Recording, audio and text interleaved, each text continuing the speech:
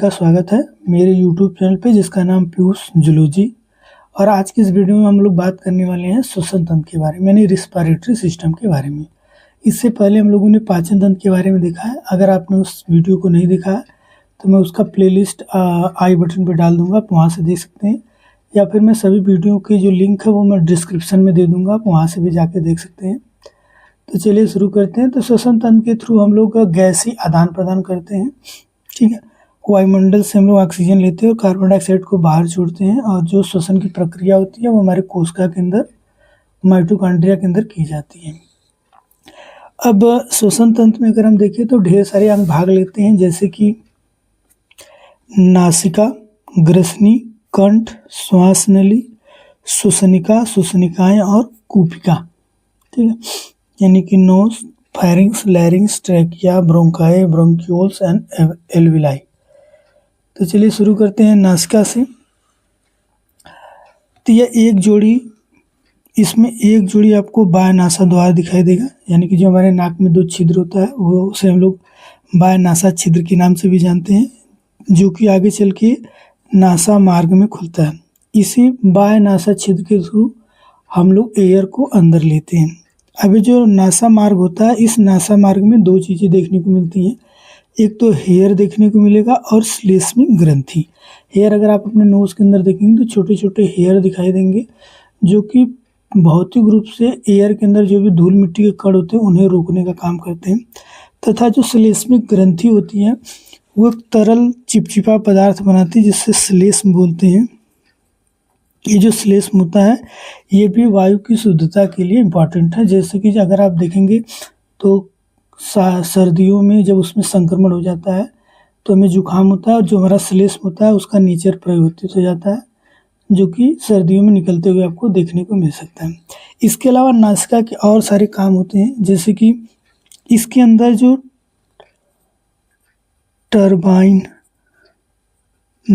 टर्बाइनल अस्थियां होती हैं, वह अस्थियां नासा मार्ग का जो आयतन होता है या क्षेत्रफल होता है उसको बढ़ाती हैं। यह नासा मार्ग का जो क्षेत्रफल है वो बढ़ाती हैं।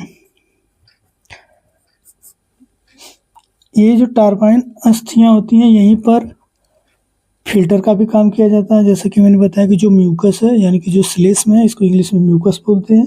ये जो म्यूकस है इसके द्वारा धूल मिट्टी के कण बाकी चीज़ों को यहीं पे चिपका के रोक लिया जाता है।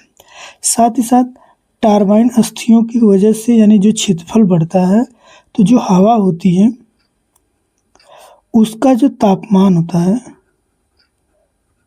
उसके तापमान को शरीर के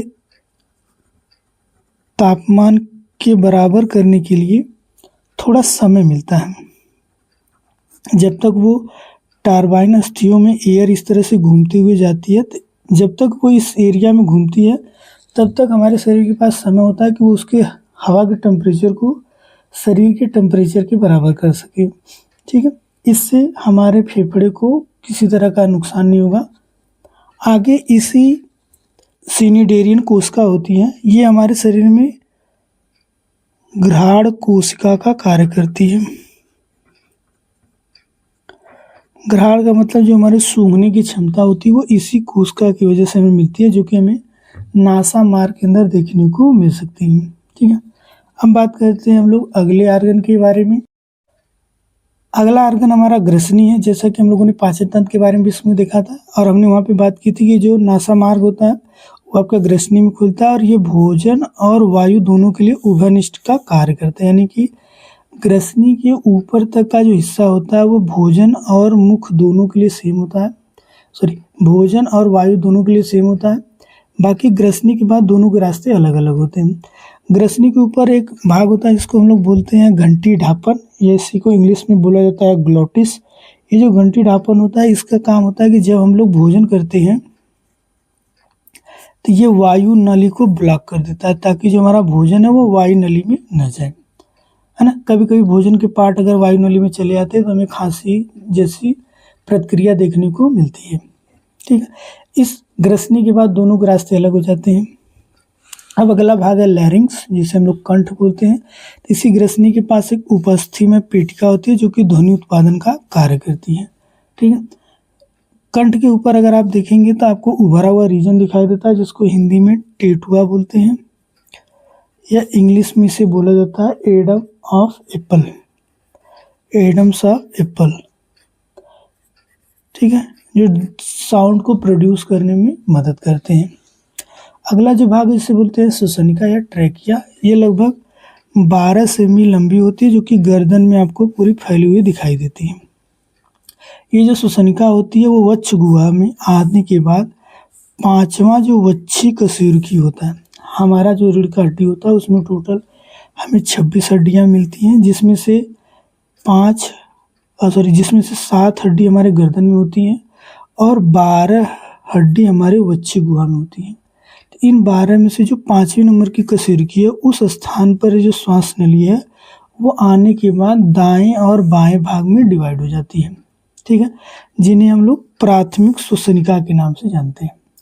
अब प्राथमिक श्वसनिका आगे चल के मल्टीपल भागों में डिवाइड होगी, तो उन सब के बारे में हम लोग बात करेंगे नेक्स्ट वीडियो में। तो आज के लिए बस इतना ही, मिलते हैं नेक्स्ट वीडियो में। Thank you.